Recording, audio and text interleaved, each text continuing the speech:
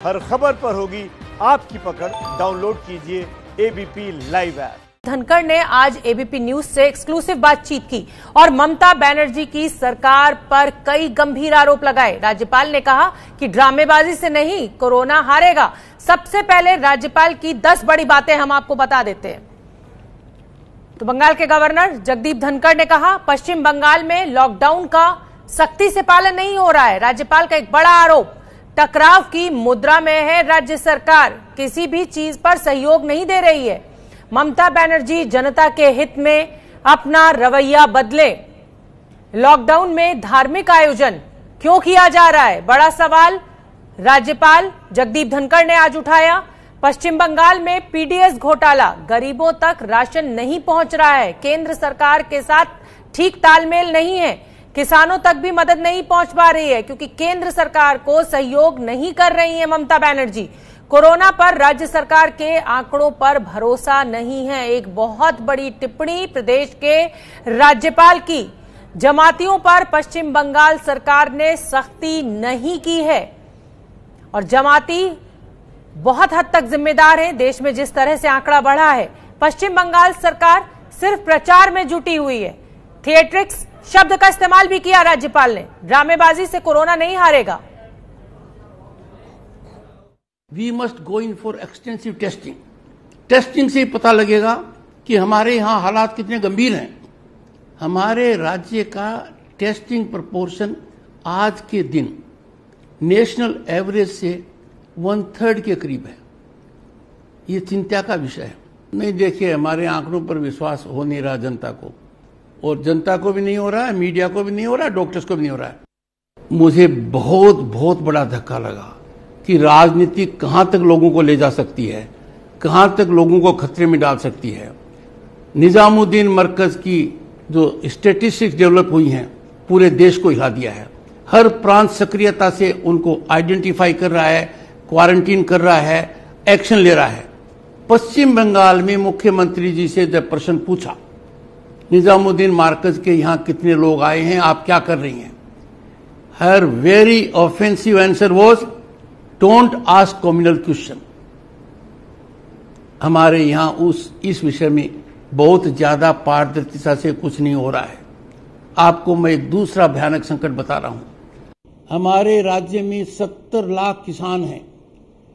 उन 70 लाख किसानों को प्रधानमंत्री किसान सम्मान निधि के तहत 10,000 रुपये अब तक मिल जाते। मतलब 7,000 करोड़ रुपये पश्चिम बंगाल के 70 लाख किसानों को प्रधानमंत्री की स्कीम के तहत मिल जाते। पूरे देश के किसानों को इसको फायदा हो रहा है। कोविड के दौरान एक किस्त दी गई है जो हमारे किसानों के लिए 1400 करोड़ होती। जनवरी की शुरुआत में दी गई है जो हमारे किसानों के लिए 1400 करोड़ होती।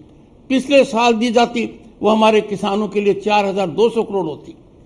आश्चर्य की बात है, उस गरीब किसान जिसका अधिकार है, जिसको सामूहिक रूप से 7,000 करोड़ रुपए मिल सकते थे, एक पैसा नहीं मिला क्योंकि राज्य सरकार ने केंद्र को जानकारी नहीं दी। I take it as absolutely bad governance, criminal governance. तो पश्चिम बंगाल के राज्यपाल जगदीप धनखड़ साहब को आपने सुना, सीधा आरोप कि सिर्फ ड्रामेबाजी हो रही है, जमीन पर कुछ नहीं हो रहा है। हमारे साथ 2 बहुत ही खास मेहमान जुड़ने जा रहे हैं। बीजेपी के प्रवक्ता प्रेम शुक्ला जी और कोलकाता से वकील तौसीफ खान जुड़ रहे हैं। बहुत बहुत स्वागत आप दोनों का ही। तौसीफ खान, आज तो चर्चा की शुरुआत आपसे होनी चाहिए। गवर्नर ने एक बड़ा आरोप लगाया है, सीधे कहना है कि सिर्फ ड्रामेबाजी हो रही है, जमीन पर कुछ नहीं हो रहा है, लॉकडाउन का पालन भी ठीक से नहीं हो रहा है। खुद ममता बनर्जी माइक लेकर मोर्चा संभाले हुई हैं, जिसको ये माइक देना चाहिए उसको नहीं दे रही हैं। देखिए, अभी जबकि सारा देश और सारा राज्य कोरोना से लड़ रहा है, ऐसे टाइम में लोगों को पॉलिटिक्स नहीं करना चाहिए। प्रधानमंत्री जी ने भी कहा है कि लोगों को पॉलिटिक्स नहीं करना चाहिए। राज्यपाल किसी राजनीतिक दल के नहीं होते हैं। एग्जैक्टली यही मेरा पॉइंट है कि राज्यपाल तो किसी राजनीतिक दल के नेता नहीं है, तो फिर वो बीजेपी की स्पोक्स पर्सन का लैंग्वेज क्यों दोहरा रहे हैं। हर वो बात जो बीजेपी का स्पोक्स पर्सन बोलता है वही वो कह रहे हैं। क्योंकि आपको सूट नहीं कर रही है, राज्य में वो बात आपको सूट नहीं कर रही है, इसलिए वो स्पोक्स पर्सन की तरह बोल रहे हैं। बंगाल राज्य में बीजेपी का हिंदी स्पीकिंग कोई नेता ही नहीं है जो आकर के टीवी में बात कर सके, और यही मजबूरी है कि गवर्नर जी के कंधे में ये बीजेपी वालों ने इतना ये जिम्मेदारी डाल दिया है। गवर्नर जो होता है वो एक अपॉलिटिकल होता है, कॉन्स्टिट्यूशनल पोस्ट होता है। ये राज्यपाल जी ने बहुत सही बात कहा है कि टेस्टिंग होना चाहिए। कल ही मैंने एक टीवी चैनल के माध्यम से उनसे अपील की थी कि कोरोना टेस्टिंग कराने के लिए 4500 रुपया प्लस टैक्सेस, यानी कि लगभग 6 से 7 हजार रुपए किसी को खर्च पड़ता है। अब आप सोचिए, एक बंदा जिसके परिवार में 5 सदस्य हैं तो 35,000 रुपए 7,000 करके पड़ेगा, 35,000 रुपए कोरोना टेस्टिंग अरे करवाने साहब, सरकारी अस्पताल भी है। तौसीफ खान, अगर किसी के पास पैसा नहीं है तो सरकार करा रही है वो टेस्ट, भ्रम क्यों फैला रहे हैं, अफवाह क्यों फैला रहे हैं? नहीं, वो गरीब जो कि आयुष्मान या सेंट्रल गवर्नमेंट के स्कीम से जुड़े हुए हैं, सिर्फ उनके बारे में हो सकता है। और गरीब कौन, किस हिसाब से आप गरीब को तय करेंगे? एक एवरेज इंडियन मिडिल क्लास केंद्र सरकार से बात कर सकती है ना मुख्यमंत्री ममता बनर्जी, केंद्र सरकार से बात हो सकती है ना इस बाबत। आप तो खुद अपनी ईगो फंसा के बैठी हुई है ममता बनर्जी। हाँ, गवर्नर जी को मैंने यही कह रहा हूँ कि अपील किया है गवर्नर जी को बंगाल की जनता की तरफ से कि आप प्लीज प्रधानमंत्री से बात कीजिए। वो तो प्रधानमंत्री के रिप्रेजेंटेटिव गवर्नर साहब तो कह रहे हैं कि जब उनसे जमात बात पूरी कीजिए। हाँ। सेंट्रल एक तरीके से आप देखिएगा कि हर राज्यपाल जो होते हैं सारे स्टेट्स में, वो एक तरीके से गवर्नर के रिप्रेजेंटेटिव। अच्छा ठीक है, चलिए प्रेम शुक्ला जी, बहुत बड़ा आरोप आप लगा रहे हैं। तौसीफ खान, आप बहुत बड़ा आरोप लगा रहे हैं। प्रेम शुक्ला जी, तौसीफ खान कह रहे हैं कि गवर्नर तो बीजेपी के स्पोक्स पर्सन की तरह बोल रहे हैं। गवर्नर ने हालांकि आज बहुत ही गंभीर टिप्पणियां की हैं राज्य सरकार को लेकर। उनको संवैधानिक के बारे में संवैधानिक दायित्व को स्वीकारती है न समर्थन। आदरणीय राज्यपाल जी ने जिन बिंदुओं को उठाया है उन बिंदुओं का उत्तर दीजिए। क्या वो बिंदु गलत है? क्या पश्चिम बंगाल के किसानों को जो प्रधानमंत्री सम्मान, किसान सम्मान निधि से जो धन उनके खाते में जाना चाहिए, क्या जा पा रहा है? क्या आयुष्मान का लाभ हो पा रहा है? क्या लॉकडाउन का पालन हो रहा है? क्या जो महामारी के संदर्भ में प्रोटोकॉल जारी किया गया है उनका पालन हो पा रहा है? तो इनका उत्तर नहीं दिया जा रहा है। बल्कि यदि वो संवैधानिक, क्योंकि केंद्र के प्रतिनिधि के नाते राज्यपाल का दायित्व है, यदि उनके राज्यपाल में किसी तरह के असंवैधानिक या जन विरोधी कार्य हो रहे हैं तो जनता के जो हित नहीं कर रहे हैं उनके संदर्भ में उसको रिपोर्ट भेजना और सार्वजनिक बातें करना। तो ये भी राज्यपाल जी ने अपने संवैधानिक दायित्व का निर्वाह किया है। तो राजनीति के चश्मे से देखने की बजाय उन बिंदुओं पर आप कम कर रहे हैं क्या, उस पर आप काम क्यों नहीं करते? ममता बनर्जी जी का अपना जो अभिमान है, उनका जो अहंकार है, वो अहंकार जो है, अहंकार के वृक्ष पर जो है वो विनाश का फल लगता है। तो अपने अहंकार के नाते वो पश्चिम बंगाल की सामान्य जनता के खिलाफ विनाशकारी नीतियों का अनुपालन क्यों कर रही है? ये सीधा सा प्रश्न। ठीक है। आज पश्चिम बंगाल के गवर्नर श्री जगदीप धनखड़ जी ने खास बात की एबीपी न्यूज से और उन्होंने बड़े आरोप राज्य सरकार के ऊपर लगाए। प्रेम शुक्ला जी, आप अपनी बात तो आपने जो कही वो तो हमने सुनी, लेकिन कहीं ना कहीं गवर्नर साहब का इस तरह से आना और मीडिया में ये शिकायतें दर्ज कराना भी सवाल खड़े करता है कि वो ममता बनर्जी से संबंधों को ठीक करने के लिए कोशिश क्यों नहीं कर रहे हैं? क्यों इस तरह की बातें पब्लिक फोरम पे रखी जा रही है? देखिए, उन्होंने संबंधों को सुधारने का हर संभव प्रयास किया। राज्यपाल महोदय को यदि किसी यूनिवर्सिटी के फंक्शन में जाने पर यदि उनके खिलाफ विरोध किया जाता है और विरोध तो यहाँ तक कि उनके हाथ से जो है प्रोवोकेशन भी नहीं होने दिया जाता है, तो ये राज्य सरकार ने क्या किया उनके साथ में? और सिर्फ एक प्रसंग का आपको उदाहरण दे रहा हूँ, ऐसे सैकड़ों प्रसंग हैं। तो क्या राज्यपाल महोदय के दफ्तर का, राज्यपाल महोदय के पद का, उनकी गरिमा का सम्मान करना क्या मुख्यमंत्री का दायित्व तो नहीं है? लेकिन ये तो राज्यपाल के लिए भी एप्लीकेबल है ना, जनप्रतिनिधि का सम्मान रखना, पब्लिक फोरम पे इस तरीके की बातें ना करना कि ईगो में आ रही है, ये तो दोनों का ही फर्ज है। तौसीफ खान, आंकड़ों पर भी भरोसा नहीं हो रहा है, आंकड़ों पर भी राज्यपाल को भरोसा नहीं है आपके। देश को भी ये सवाल है मन में, देश के भी, कि आपके आंकड़े विश्वसनीय नहीं है। देखिए, अब राज्यपाल जी अब उन्होंने क्या किया था अगर शायद बीजेपी के स्पोक्स पर्सन को शायद ये बात नहीं मालूम होगा, मैं उनको याद दिला दूं कि वो रोलेट एक जो हमारे ब्रिटिश सरकार, ब्रिटिश ईस्ट इंडिया कंपनी के जो अफसर थे, उनको लेकर के उन्होंने कुछ तारीफ कर दिया था। उसको लेकर के बड़ा बवाल हुआ था, कुछ महीने पहले की ये बात है। तो जब वो लोग कोई विरोध अगर जनता करती है, तो वो कोई अगर ऐसा बात कहीं कोई भी कह दे, अगर आज हमारे प्रधानमंत्री कुछ उल्टा पुल्टा बात कर देंगे तो क्या उनका विरोध नहीं होगा?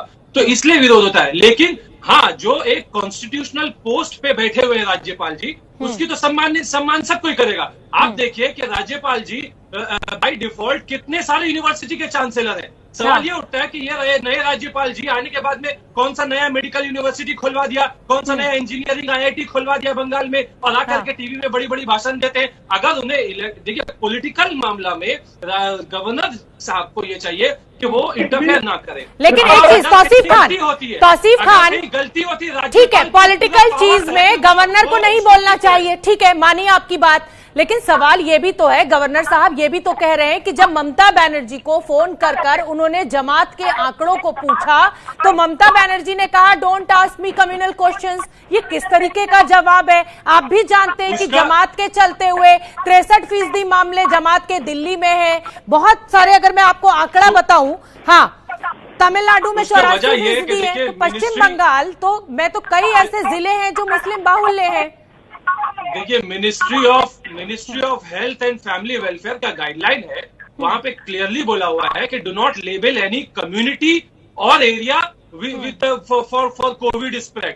तो अगर हम जब आप बात करते हैं कोरोना को लेकर के आंकड़ा बताओ, तबलीगी का नाम लो, तबलीगी का नाम लेना, किसी कम्युनिटी का नाम लेना, ये इसके नहीं करना चाहिए। ये तो गाइडलाइंस हमारा कह रहा है मिनिस्टर, जानकारी तो गाइडलाइंस है, ऐसा परहेज किया गया। वर्ल्ड हेल्थ ऑर्गेनाइजेशन ने कहा है कि अगर आप ऐसे लेबल करने लगोगे तो वो लोग डर के मारे छिप जाएंगे कि उनके साथ भेदभाव होगा। मत कीजिए, मीडिया में लेबल नहीं कीजिए, लेकिन अगर प्रदेश का गवर्नर सवाल पूछ रहा है तो वो तो आप बताएंगे ना, ताकि उनको भी अंदाजा तो रहना चाहिए ना, जानकारी तो गवर्नर को भी रहनी चाहिए ना। ये इंटरनल मैटर है, तो उसको पब्लिक फोरम में वो क्यों लेकर के आते? ठीक है, चलिए, बड़ा सवाल। हाँ, प्रेम शुक्ला जी, आपसे जानना चाहूंगी, ताली एक हाथ से तो बचती नहीं है, ये आप भी जानते हैं। अगर गलती गवर्नर साहब ममता बनर्जी की निकाल रहे हैं तो कहीं ना कहीं खुद भी वो सवालों के घेरे में जरूर हैं।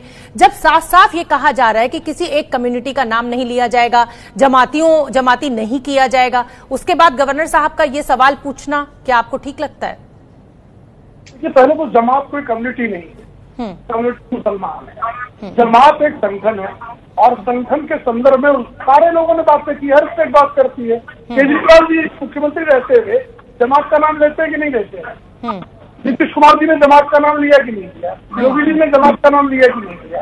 पत्रकार जमात का नाम ले रहे हैं कि नहीं ले रहे? जमात कोई मुस्लिम कम्युनिटी का रिप्रेजेंटेटिव ऑर्गेनाइजेशन नहीं है अकेला। आपको कौम से न देखें, ये जो है अपराध है अपने आप में। सारे मुसलमानों को कोई अपराध के कटघरे में खड़ा करने का कष्ट न करे, ये कृपा करके न करे। मेरा भी स्पष्ट मत है, भाजपा का स्पष्ट मत है। आप किस बात से सहमत हैं कि जमात जो है वो कोई कम्युनिटी नहीं है, वो एक संगठन है? लेकिन ये भी तो एक सच है कि ये जो जमात संगठन है वो एक फिक्स कम्युनिटी का ही है। ये तो एकदम सच है ना प्रेम शुक्ला जी? तो अगर आप जमात की बात कर रहे हैं तो ये तो कहीं ना कहीं अंडरस्टूड है, ऑब्वियस है कि वो किसी एक कम्युनिटी से जुड़े हुए हैं, तो आप उसकी बात कर रहे हैं। नहीं शोभना जी, कृपा करके मुझे बताइए, कल बजरंग दल के लोगों ने यदि कोई हरकत की और उनसे कोई अपराध हुआ तो सारे हिंदुओं को अपराधी कहेंगे, बजरंग दल का नाम लेना पड़ेगा। तो उसकी तरह से जमीयत इस्लामी का नाम लिया जा रहा है। तो जमीयत इस्लामी मरकज अगर कोई अपराध कर रहा है तो मरकज के उस अपराध को उसी के नाम से लिया जाएगा। प्रेम शुक्ला कोई अपराध कर रहे हैं तो क्या हिंदुओं का अपराध है? प्रेम शुक्ला का नाम लिया जाएगा, प्रेम शुक्ला अपराधी है। ये जो है पूरी तरह से लोगों को जो है कम्युनिटी के तौर पर जो है ये संक्रमण फैला रहे हैं। लेकिन अब नाम भी नहीं लिया जाए उनका, ये तो अजीब बात है। तो क्या कहा जाए? उसके शब्दावली ममता बनर्जी जी बना के भेज दें। दूसरा ये आपको सूट कर रहा है ना नाम लेना आपकी सियासत को, इसलिए आपको कोई गलती नजर नहीं आ रही है फिलहाल। तौसीफ खान, ये तो आप भी मानेंगे कि जमात के चलते पूरे देश में मामले बढ़े हैं, तो ऐसे में अगर राज्यपाल को जानकारी दे देंगी मुख्यमंत्री तो इसमें कोई ऐतराज नहीं होना चाहिए। देखिए, जो इन्फॉर्मेशन है वो तो अवेलेबल है ही, तो वो गवर्नमेंट लेवल पे हर किसी के पास अवेलेबल है, लेकिन कहाँ उसको इशू अवेलेबल बनाना है? ये वो अलग कह चीज रही है कि ममता बनर्जी कह रही है don't ask me communal questions. ये कम्युनल कैसे हो जाता है? अगर एक संगठन का आंकड़ा आप पूछ रहे हैं तो कम्युनल कैसे हो गया, ये समझना चाहती हूँ आपसे। बिल्कुल ये कम्युनल है। शायद आप टीवी नहीं देखती होंगी, लेकिन देश के जनता तो टीवी देखते हैं। जब से कोरोना का मामला हुआ है, कनिका कपूर ने लाया था कोरोना को इंडिया में और सारा ब्लेम डाल दिया है जमाती पे। तो ये तो गलत बात है। इससे क्या होता है, देखिए वर्ल्ड हेल्थ ऑर्गेनाइजेशन ने स्पेसिफिकली बोला था सारे मीडिया को और सारे गवर्नमेंट को, मतलब देश भर के गवर्नमेंट और मीडिया को बोला था कि आप किसी एक पॉपुलेशन के एक सेक्शन को स्टिग्मेटाइज मत कीजिए। और क्यों स्टिग्मेटाइज मत कीजिए? उससे ये होगा कि वो लोग डर के मारे बाहर ही नहीं निकलेंगे। वो सोचेंगे हमारे साथ भेदभाव होगा, हम बाहर हम आकर के अगर बताएंगे लोगों के हाँ मुझे टेस्ट कराना है तो हमारे साथ भेदभाव होगा। तो हाँ, ये तौसीफ खान, आपको लग रहा है कि इसको कम्युनल एंगल देने की कोशिश की जा रही है, लेकिन खुद गवर्नर साहब ने कहा कि वायरस का कोई मजहब नहीं होता। आप दोनों ही मेहमानों का बहुत बहुत धन्यवाद हमसे इस चर्चा में जुड़ने के लिए।